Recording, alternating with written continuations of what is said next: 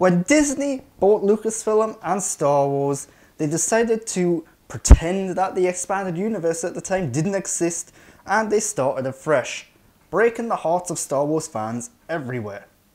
Although let's face it, Star Wars fans had already had their hearts broken numerous times before then. Personally, I thought it was a great idea because continuity and canon was an issue, finding a place to jump in was a really big issue. I mean, who were the Yuuzhan Vong? And how many children did Han and Leia actually end up having? Who was Jaden Solo? Who was Mara Jade? And what happened to Mara Jade between the events of the Thrawn Trilogy and the Thrawn Duology? There was a lot to keep track of, especially when so many authors were chiming in, filling in little gaps here and there, and there was no overload seeing this and making sure it all fit together like a puzzle. It was hard to keep up.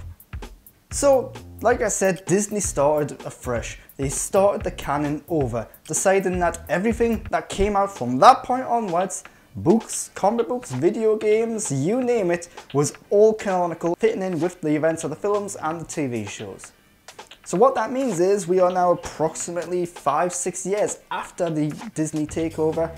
We have a bunch of new comic books, a bunch of new books, a bunch of new video games, although not too many video games to be honest, that's disappointing. New films, new TV shows, you name it, we've got a bunch of new canon material to dive into. It's starting to get a bit busy, a bit convoluted there as well, especially when next year we're getting introduced to a new time period of Star Wars, which is going to add to the chaos of it all. So, luckily, as a big Star Wars fan, I've been trying to keep up with this as best I can, reading the new books as they come out, reading the comic books to an extent as best I can when they come out. There's a lot of comic books, it's hard to keep up with them. Playing the video games, watching the shows and the films and so on. So I've got a good idea of what all these books and comics are, what the best ones are in my opinion, what the most important ones are in my opinion. So today I'm giving you my 10 recommendations of things that you have to pick up if you're a Star Wars fan. Not only if you just want to be entertained, if you want a good read or a good little side adventure in Star Wars, but ones that are important, that are significant, that actually add to something to the canon. Firstly, a cheap one. Star Wars The Clone Wars and Star Wars Rebels, two TV shows I'm tying together as one, because Rebels is in a way a continuation of The Clone Wars. In a way. These shows are essential for Star Wars fans, plain and simple. These shows fill in essential gaps in the Star Wars canon, answer certain questions, explain certain things, they make the prequels better movies. Yes, that is possible. And of course they are enjoyable, they are fun, and at times emotional. Everything Star Wars needs to be. They also introduced the character of Ahsoka Tano, one of the best Star Wars characters ever made. Star Wars Dark Disciple by Christie Golden. Whatever happened to that bald-headed assassin turned bounty hunter? She wasn't in the final season of the Clone Wars. Yes, Dark Disciple explains why that is. It shows us what happened to Asajj Ventress, and it goes in and shows us also Quinlan Vos, their relationship, how they got together, and it's a very enjoyable, very fast-paced, very emotional Star Wars story that's pivotal for any fans of the Clone Wars TV show. Because this book is based on 4 scripts that were going to be season 8 of the Clone Wars, I think it was. Without spoiling it too much, this was intended to be Asajj Ventress' closure in the TV show. It was meant to wrap up her story, to tell everyone this is what happened to Asajj Ventress and why she's not in Revenge of the Sith and why she's not in the original trilogy of films and so on and so forth. So if you like Asajj Ventress, if you like the Clone Wars, you really have to read this. The Aftermath Trilogy by Chuck Wendig. What happened after Return of the Jedi? Well, in the 90s we had the Thrawn Trilogy. Now though, that's not canon, instead we've got this trilogy. It's kind of a shame they didn't redo those books because they're damn good. Oh well. The Aftermath Trilogy focuses on Snap Wexley, how he fought against the Empire, how he was a kid growing up in that war, and how he ended up in the Battle of Jakku and more. But who is Snap Wexley? Well, he's the super interesting and pivotal character played by Greg Grunberg in Star Wars The Force Awakens and Star Wars The Rise of Skywalker. You know, he's the guy that totally got a role in these films for reasons other than he was mates with the director. Jokes aside, I do actually like this character, and I do like Red Grunberg who plays him. He's been in some good stuff. Grunberg, not the character.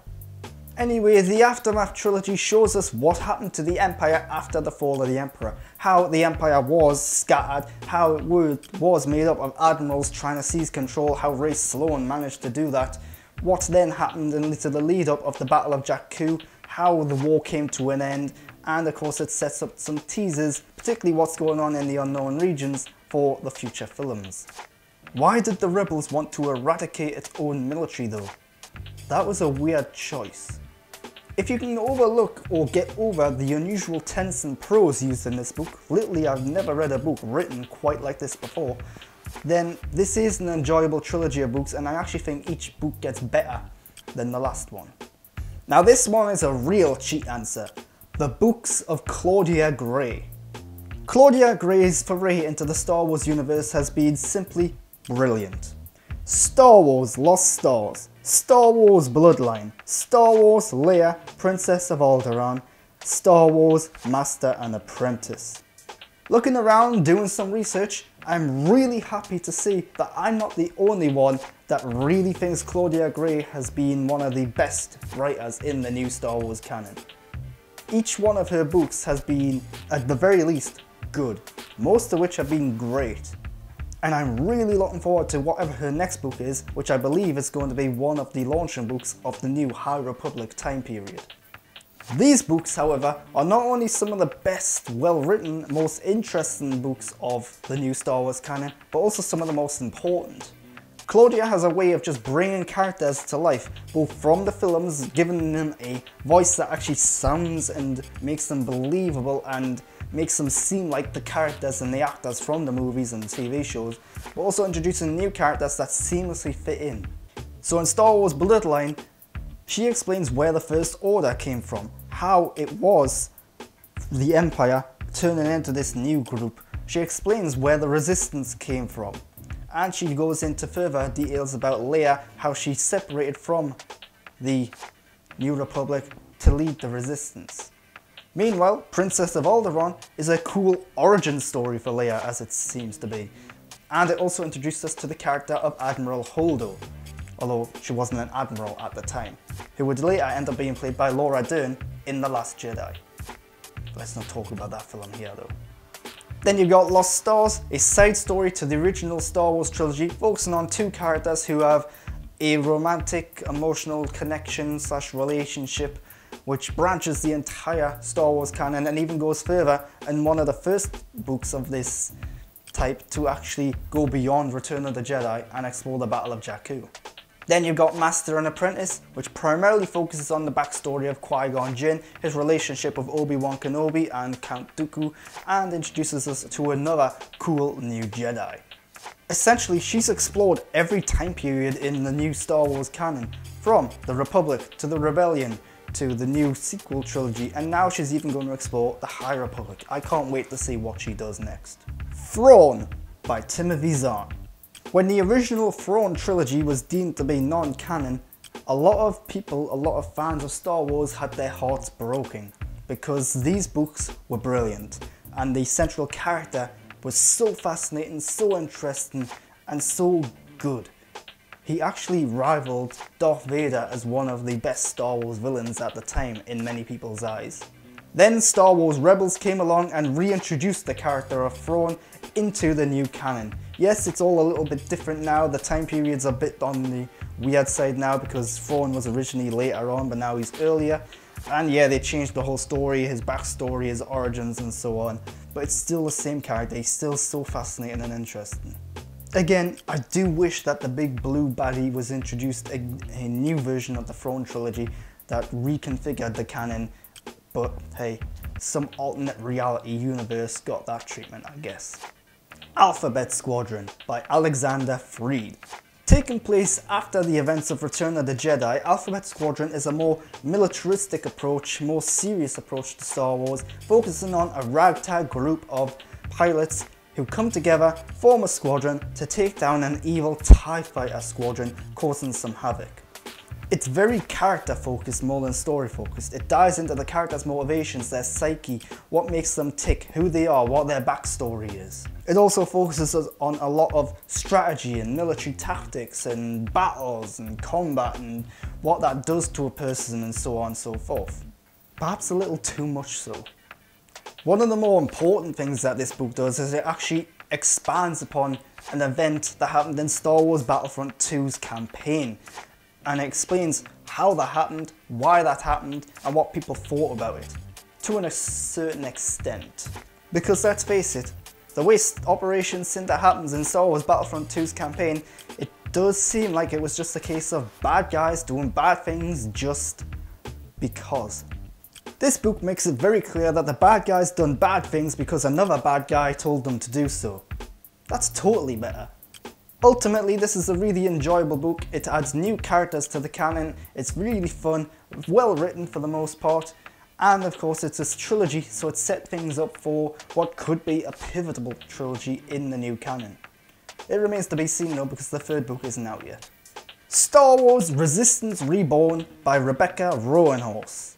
Set after the events of The Last Jedi, the Resistance was weakened and it was reduced to essentially a skeleton crew. Then the Rise of Skywalker came along, and all of a sudden there's a big group of them again. How did that happen? I doubt they posted an ad on the paper or online or anything like that. Well, that's what this book does. It shows us how the Resistance rebuilt itself. It shows us how they recruited new members, even old members, into the group, how they stole ships to get their materials again, how they basically became a resistance again. This book acts as a sort of celebration of the new canon up to that point. It brings in characters from comic books, from movies, from TV shows, from the video games, from other books. It brings them all together into one, and it's really cool. Although it should be said that only one of the characters in this book actually ends up making it into the film. This book also focuses on certain rumours and suggestions and hints from The Force Awakens and The Last Jedi, and hints and teases at certain possible events in The Rise of Skywalker that then didn't actually happen. So yeah, The Rise of Skywalker, clearly made by different people from the writer of this book, they had different intentions. And that film does, to a certain extent, make some of this book pointless. Ultimately, this sets up the events of the final film pretty well, builds up momentum, and it explains certain things about the final film, and it's a really short, brisk, enjoyable read on top of it all. The Star Wars ongoing comic book and its spin-off slash sister comic book of sorts, Star Wars Darth Vader. These comic book series essentially filled in the gap between Star Wars A New Hope and Star Wars The Empire Strikes Back. It shows us how Luke started to progress as a Jedi, how he started to learn what a Jedi was, what it meant to be a Jedi, how his training essentially started off. And it also dives into Darth Vader, his quest to find out who destroyed the first Death Star, how he found out Luke Skywalker was his son, how he found out his son was alive, and so on and so forth. There's a lot of cool, interesting stuff in this comic book series that then adds to the films, making the films a bit more interesting, adding to their backstory and motivations and so on and so forth. It also introduced us to the character of Dr. Aphra, who would end up getting her own comic book series. Some torturous droids, which are the counterparts of R2-D2 and C-3PO. And of course, it dropped a huge bombshell on us: Han Solo has a wife. Speaking of Dr. Aphra, Star Wars Dr. Aphra. This comic book series was a spin-off of Darth Vader in particular, because this character proved to be so popular, people demanded more of her. So yeah, why not? But when you really think about it, it's really impressive and really cool that we've got this character who was introduced in a comic book, who hasn't been in any of the films, any of the TV shows, any of the video games. She's purely from this comic book, and she gets her own dedicated ongoing comic book series. That's super cool.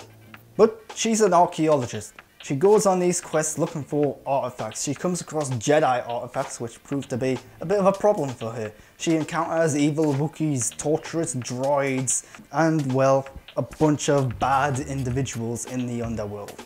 I'm putting Star Wars Battlefront 2's campaign in here, not based on how good or bad it may be, personally I wasn't a fan, but more because it adds an important event to the Star Wars canon, which has then been explored in other content like the previously mentioned Alphabet Squadron novel. All you really need to know here is that the gameplay is solid and fun. The multiplayer is great in a way. Yes, it was bogged down by microtransactions, but that problem's been addressed already. On top of it all, the graphics are gorgeous, the sound design is brilliant, and it introduced us to an event called Operation Cinder. Sadly, I feel like the story is a little generic and bland, and it doesn't really feel like a Star Wars story at times. There was also the problem of marketing. In order to conceal a big spoiler event of this story, they had to promote and market this game in a certain way that was essentially a lie. They lied to the audience in order to not spoil what this story was about. I'm not gonna ruin it here, but I thought it would be really cool to play as a baddie for a change. Oh, I guess I've just ruined it. Star Wars Jedi Fallen Order is one of the best Star Wars games ever made. It's certainly the best Star Wars game made by EA since the Disney takeover. It's set after the events of Episode 3 Revenge of the Sith, a few years after that. You'll play as Cal Kestis, a former Jedi Padawan who survived the events of the Clone Wars, who's now in hiding on the run from the Inquisitors. As it turns out though, he ends up on this quest to save future Jedi who are going to be killed by the Inquisitors. Gameplay can be tough but fun. It focuses on parrying and blocking and basically taking down stormtroopers with one slice of a lightsaber, because that's how it happens in the movies. But there's also exploration to do, there's lots of collectibles, some cool worlds to go to. The combat is great in my opinion. In fact, the gameplay as a whole is great. Yeah, some of the platforming elements like sliding down an ice slope, a little janky, let's say, but still fun. The characters and the story are cool too. It mixes events all from Star Wars canon, bringing in events from the Clone Wars and Rebels and the movies and comic books and other novels and so on, bringing them together almost like a celebration of the canon in a way. It makes everything feel relevant, feel a bit more important than what it previously was. And if you haven't read the comic books or seen the TV shows or played the other video games or read all the books, that's totally fine as well. The game does a good job of explaining it all and telling us how it's all so important. But like I said, this game feels like a mini celebration of sorts of the Star Wars canon, while also adding a key pivotal event of it that's hopefully going to continue in sequels, because this game was a big success, so yeah, it's getting a sequel.